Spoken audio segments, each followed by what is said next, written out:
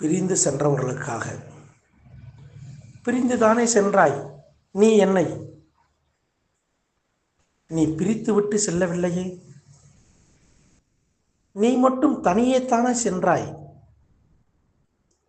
இன்று உனக்கு தனிமையே நிரந்தரம் என்றாய்.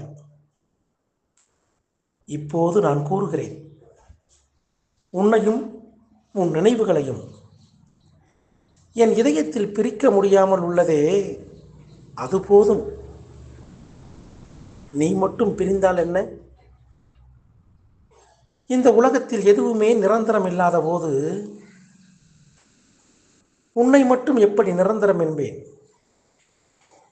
இப்போது சொல்கிறேன், உன் நினைவுகள் மட்டும் என் இதயத்தில் நிரந்தரம். வாழும் வரை அல்ல, சாகும் வரை.